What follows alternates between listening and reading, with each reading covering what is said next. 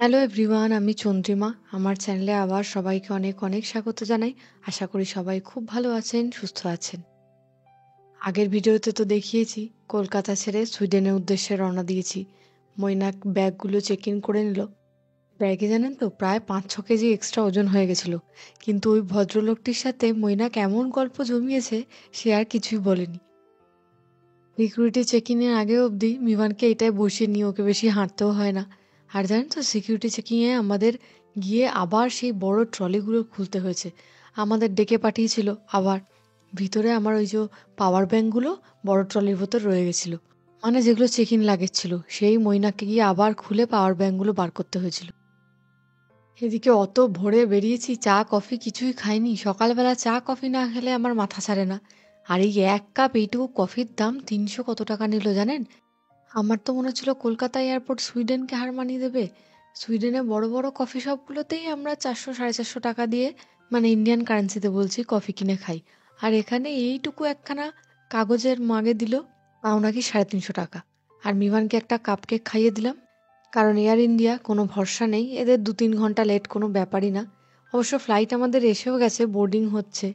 আর মিভান থাকায় সবসময় প্রায়োরিটিতে, মানে বাচ্চা যেহেতু আছে, family. BCD economy passengers please proceed for boarding through gate number 9. এতক্ষণ তাও ঠিক আছে, কলকাতার মাটিতে ছিলাম, কলকাতার মানুষজনকে দেখছিলাম, চারিদিকে বাংলায় লেখা, মনটা একটা অন্যরকম শান্তি। ব্যাস সেই যে প্লেনে চাপবো, তারপরে কলকাতাকে বিদায়। আবারও দিন গোনার পালা, বলতে পারেন বছর গোনার পালা। নিজের মাটিরও যে একটা আলাদা গন্ধ আছে, দেশ ছেড়ে না চলে গেলে হয়তো বুঝতামই না। At 34,000 feet. We are fully ready on time. However, because of very dense fog and extreme traffic congestion at Delhi, we have been given a delay in departure time of about 45 minutes by Kolkata ATC. I thank you for your understanding and patience. So we will expect pushback after around 35 to 40 minutes from now. Please sit back and enjoy the Indian hospitality. Thank you. Enjoy. Cabin crew doors to arm. Enjoy their hospitality. এয়ারপোর্টে ঢুকতে ঢুকতেই বলছিলাম প্লেনটা একটু delay হলে ভালো হতো, আরও কিছুক্ষণ কলকাতায় থাকা যেত। যেমন বলা তেমন কাজ। কিন্তু এই প্লেনের মধ্যে বসিয়ে তখন 1 ঘন্টা অপেক্ষা করাটা বড় বিরক্তকর। এয়ারপোর্টে থাকলে তাও ঘুরে ফিরে সময় কেটে যায়। কতটা ডিলে হলো বুঝতে পারছেন? প্রায় 1 ঘন্টা তো হয়েইছে। আমরা তো বসে বসে ঘুমিয়েই পড়েছিলাম। এই এখন প্লেনটা স্টার্ট হলো, আবার একটু নড়ে চড়ে বসলাম। মানে যখন সূর্য সবে উঠছে তখন আমরা প্লেনের মধ্যে বসেছিলাম, এই এতক্ষণে খটখটে রোদ হয়ে গেছে, এখন ছাড়লো। বাস আর কি, বাড়ি যাব বাড়ি যাব, সেই এক্সাইটমেন্ট, সেই আনন্দ সব শেষ। এখন এক রাশ মন খারাপ নিয়ে বাড়ি ফেরা।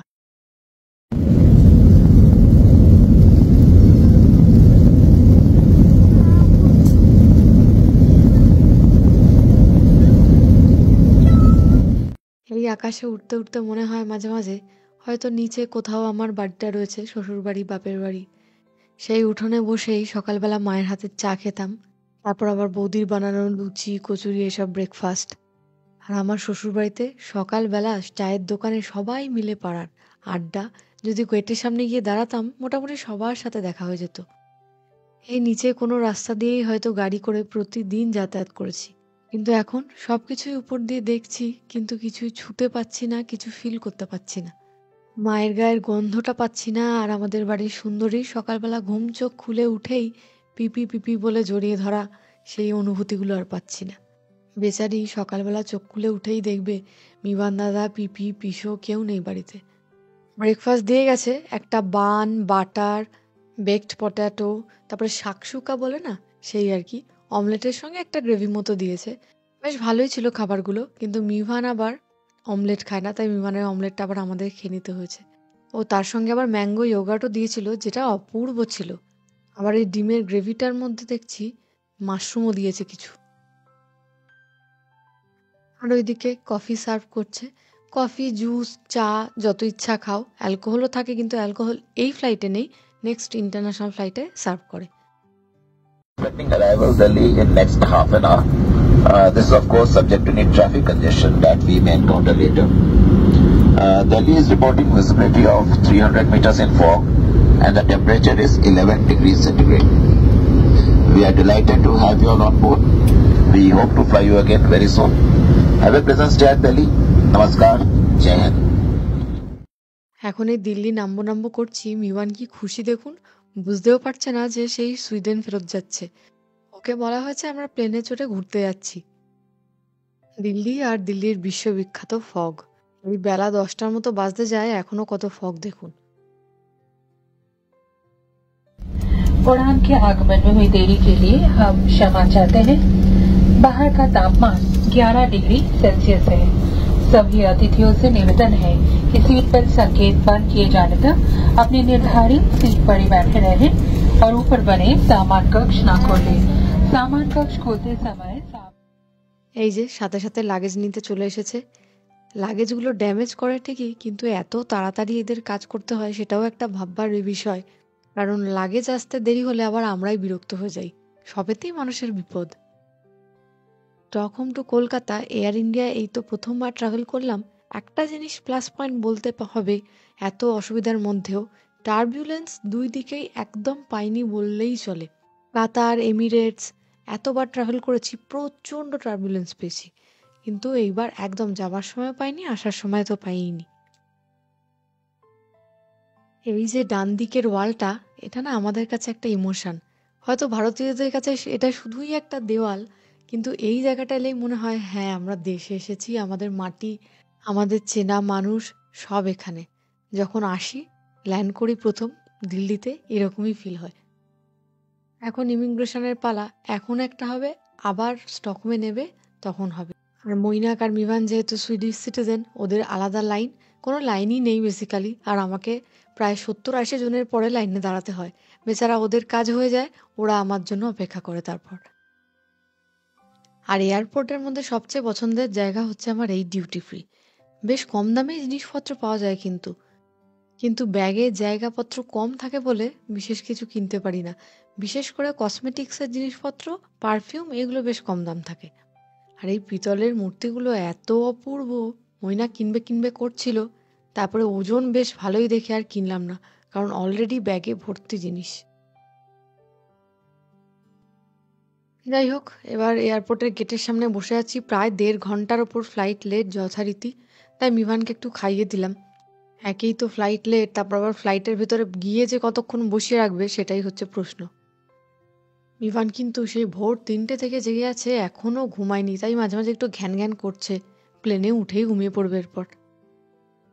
বোর্ডিং টাইম হয়ে গেছে, টুকটুক করে ফ্লাইটে উঠছি। আর এই শেষ কিছু মুহূর্ত দেশের মাটিতে, চেনা মানুষ, চেনা মাটির গন্ধ, চেনা ভাষা, সব কিছুকে ছেড়ে সম্পূর্ণ অন্য একটা দেশকে নিজের করে নেওয়ার চেষ্টা করে চলেছি আজও। কিন্তু মাটির টান তো মাটির টানই হয় বলুন, তার কোনো রিপ্লেসমেন্ট নেই। এই যেমন দিল্লিতেই ধরুন, মৈনাকের জেঠুর বাড়ি, ফুল ফ্যামিলি তারা এখানে থাকে, কত সাবস্ক্রাইবার, তারা আমাদের খুব আপন হয়ে উঠেছে। মনে হচ্ছে এই যদি প্লেন থেকে নেমে ছুটে চলে যেতে পারতাম তাদের সবার সাথে দেখা করতে একবার, শেষবারের মতো। শেষবার বলবো না, এইবারের মতো। কারণ দিল্লিতে আমরা খুব পছন্দ করি আসা, 2বার ঘোরা, আরও আসবো, ইচ্ছা আছে ফিউচারে। যাই হোক, এদিকে বিমান ফ্লাইটে উঠে বসেই ঘুমিয়ে পড়েছে। কিন্তু এই ফ্লাইটে বসে থেকেও প্রায় আধ ঘন্টা পরে ফ্লাইট ছেড়েছে, কিন্তু টাইম মতো ল্যান্ড করিয়ে দিয়েছে। মানে এই যে আধ ঘন্টা দেরিতে ফ্লাইটটা ছাড়লো, সেই টাইমটা অ্যাডজাস্ট করে দিয়েছে।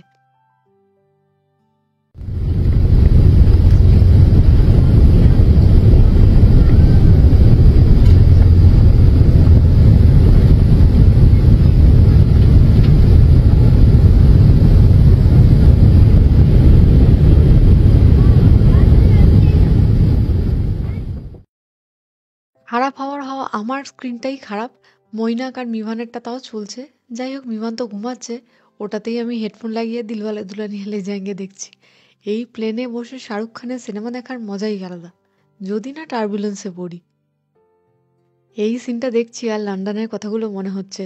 এখন হচ্ছে তখন যদি আমার কাছে একটু ভালো মোবাইল থাকতো, বা এই রিল শর্টসের একটু ক্রেজ থাকতো, আমরা এরকম শ্যুট করতাম যতদিন ছিলাম লন্ডনে, এই সিনটা রিক্রিয়েট করতাম। তখন তো এসব ব্লগ বা রিল বা শর্টসের এরকম ক্রেজ ছিল না। তখন ওই লিখে লিখে রেসিপির চ্যানেলগুলো হয় না, লেখা থাকতো ছবি দিয়ে, সেই রকম চ্যানেল ছিল। আর আমারও একটা চ্যানেল ছিল যেটা 1 মাসে আমার প্রায় 15,000 ফলোয়ার হয়েছিল ফেসবুকে। কিন্তু তারপরে আবার কলকাতায় ফিরে আসি আর চাপে পড়ে চ্যানেল চালানো হয় না। লাঞ্চে আছে ভাত, rajma, chicken curry, salad, bread, butter, chocolate mousse আর মিভানেরটা কিডস লাঞ্চ সবই আছে, শুধু একটু লাইট। মিভান তো সারা ফ্লাইটের হাফ ঘুমিয়েই চলেছে, একদিক দিয়ে ভালোই, 5-6 ঘন্টা ঘুমিয়েই কাটিয়ে দিয়েছে। আর আমার একদম ফ্লাইটে ঘুম হয় না, এমনিও আমার ঘুম কমই, ফ্লাইটে উঠলে তো আরোই হয় না, ওই 1-1.5 ঘন্টা হয়তো ঘুমিয়েছি ম্যাক্সিমাম। আর এদিকে হাফ রাস্তা মতো ক্রস করেছি, টিভিটা আছে বলে তাও একটু সময় কাটে, না হলে যে কিভাবে 8 ঘন্টা কাটাতাম। এদিকে গল্প করতে করতে সন্ধেবেলার স্ন্যাক্সও দিয়ে গেছে, নুডলস, চিলি চিকেন, আবারও একটা মুস। খাবারগুলো নো ডাউট প্রত্যেকটা খুব ভালো ছিল। কাতার এয়ারওয়েজে যখন লাস্ট টাইম এসেছিলাম অতটা খাবার কোয়ালিটি আমার ভালো লাগেনি, কিন্তু এয়ার ইন্ডিয়ার খাবার কোয়ালিটি সত্যি খুব ভালো লেগেছে। আর আমি ভেজ খাবো বলে নিয়েছি আলু পরাঠা, চানা মশলা আর ভেজিটেবল চপ। কিন্তু ওই মিভানের চোখে এত ঘুম যে মিভান নুডলসটাও খেলো না, আমি আর মৈনাক শেয়ার করে করে লাস্টে খেলাম। এই টিভি দেখতে দেখতে 8টা ঘন্টা মোটামুটি কাটিয়ে ফেললাম। ল্যান্ড করছে 1/2 ঘন্টা 45 মিনিটের মধ্যে ল্যান্ড করে যাবে। ডেনমার্কের টাইমে সন্ধ্যে 7টা নাগাদ আমরা বোধহয় ল্যান্ড করেছিলাম। আর এখানে তো হোটেল বুক করাই আছে, গিয়ে সোজা হোটেলে, এয়ারপোর্টের গাই হোটেল। ল্যান্ডিং আর ফ্লাইয়ের সময় যে স্পিডে ওঠে বা যে স্পিডে নামে সেটা আমার সাংঘাতিক ভয়।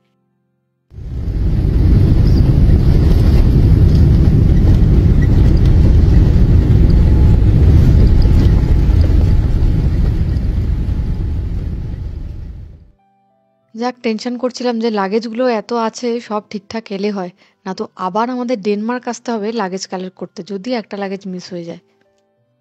তো যাই হোক, লাগেজ মোটামুটি সব পেয়েই গেছি, কিন্তু একটা বিপদ ঘটেছিল, আমি আমার ফোনটা সিটে ফেলে চলে গেছিলাম জানেন, যে ফোনে ভিডিও শ্যুট করি।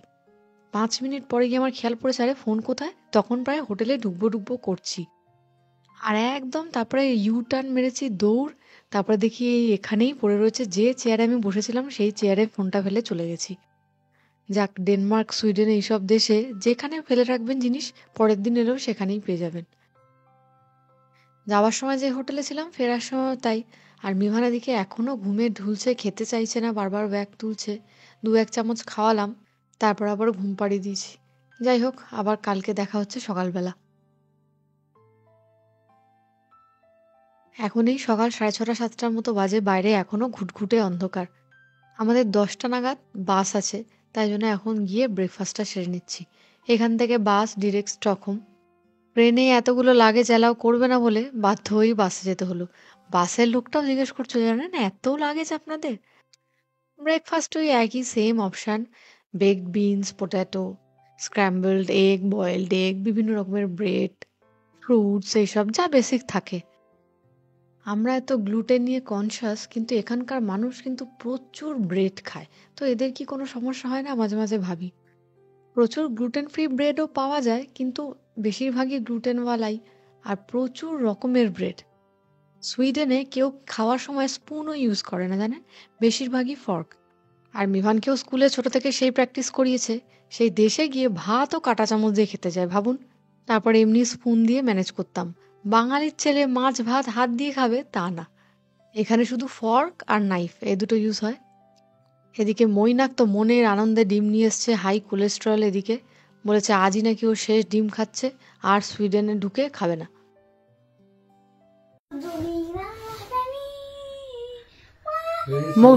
হ্যাঁ,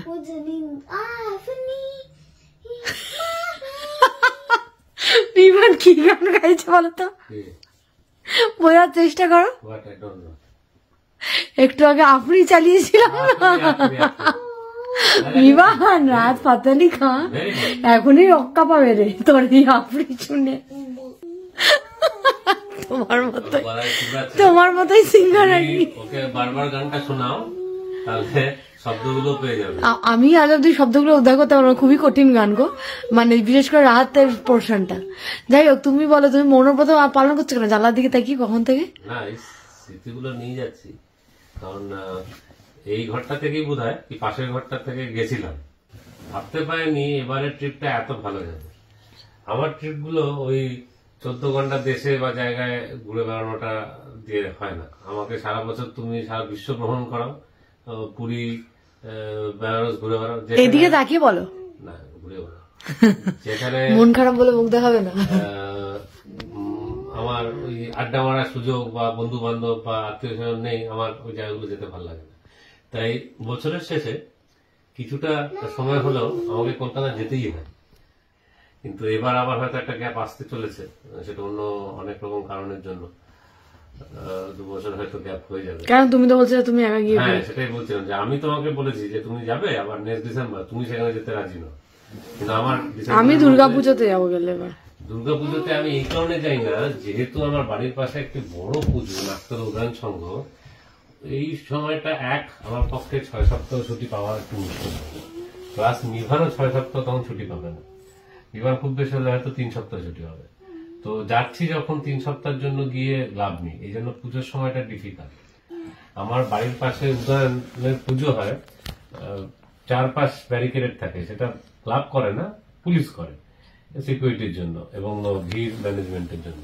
সেটা করতে গিয়ে যা হয়, পাড়ায় কোথাও যাওয়া আসা, রিক্সা পাওয়া, ওলা উবের পাওয়া খুব ডিফিকাল্ট হয়ে যায়। এবং ওই সময়টা সারা কলকাতাতেই তো একটা আনন্দ উৎসব সময়, তো কোথাও মুভমেন্ট করতে ধরো প্ল্যান 1 ঘন্টা, চলে গেল 3 ঘন্টা, কোথাও গিয়ে মানুষের সাথে দেখা পাওয়া যায় না, মানে খুব ডিফিকাল্ট হয়। এই কারণে পুজোর সময়টা আমি খুব একটা মোটিভেটেড থাকি না নিজেও। মানুষের সাথে বিভিন্ন রকম ভাবে দেখা হওয়া, আড্ডা মারা, গল্প করা, পারস্পরিক মত বিনিময় করা, এগুলো বহু বছর পরে এবার হয়েছে। গতবারের ছুটিটা যেহেতু 3 বছর পরে গেছিলাম, প্রথম 15-20 দিন আমার ব্যাংকে দৌড়ে আর এটিএম কার্ড ফিক্স করতেই চলে গেছিল, গাড়ি এদিক ওদিক ফিক্স করতেই চলে গেছিল। গতবার কিন্তু মানুষের সাথে সময় কাটানোর মতো সুযোগ হয়নি। এবার যেটা হয়েছে, পাড়ায় আড্ডা মারতে পেরেছি অনেক মানুষের সাথে, তো তাই মনের মধ্যে একটা বিষণ্ণতা অবশ্যই রয়েছে যে ফিরে যাচ্ছি। যাই হোক, এই এক রাশ বিষণ্ণতা নিয়েই দেশে ফিরতে ফিরতে, অবশ্য সুইডেনটা তো এখন আমার দেশই বটে, ফিরতে ফিরতে আজকে ব্লগটা এখানেই শেষ করছি। এরপর সোজা দেখা হবে সুইডেনে আমার বাড়িতে। আমার ভিডিওগুলো যদি ভালো লেগে থাকে তো চ্যানেলটা please like, share and subscribe করে দেবেন। আর যারা ফেসবুক থেকে দেখছেন পেজটি প্লিজ ফলো করে নেবেন। সবাই খুব ভালো থাকবেন, সুস্থ থাকবেন আর অনেক আনন্দ থাকবেন। Bye bye.